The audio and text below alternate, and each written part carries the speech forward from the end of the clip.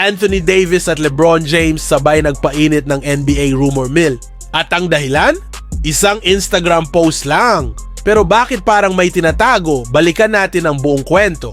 Sa parehong araw, parehong nag-post si Anthony Davis na ngayon ay nasa Dallas Mavericks at si LeBron James ng Lakers ng eksaktong parehong mensahe sa Instagram. Sabi sa post, "Becoming the best version of yourself comes with a lot of goodbyes." Walang dagdag na paliwanag, walang konteksto. Ayon, kumulo agad ang usapan sa social media.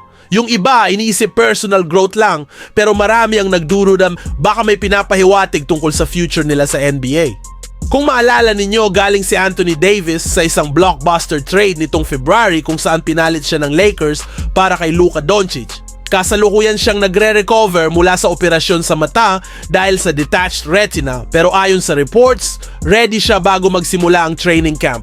Ang Mavericks, malaki ang tiwala sa kanya bilang defensive anchor kasama si Kyrie Irving. At may ilang analyst na naniniwala na pwede siyang pumasok sa MVP conversation kung mananatiling healthy. Bakit ba siya biglang naiugnay kay LeBron? Una, yung matching post nila. Pangalawa, may mga balita na hindi masaya si LeBron sa kasalukuyang galaw ng Lakers roster. May ilan ding haka-haka na posibleng magsama silang muli kasama si Kyrie sa Dallas. Real talk, malabo mang mangyari agad ngayong season dahil may kontrata pa si LeBron sa Lakers, pero sa NBA, walang imposible.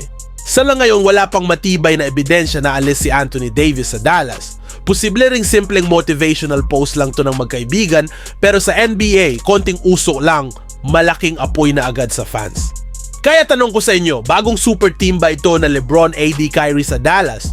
O simpleng social media troll lang? I-comment nyo na ang thoughts ninyo at huwag kalimutang mag-like at mag-subscribe para sa mas marami pang NBA updates. Peace out!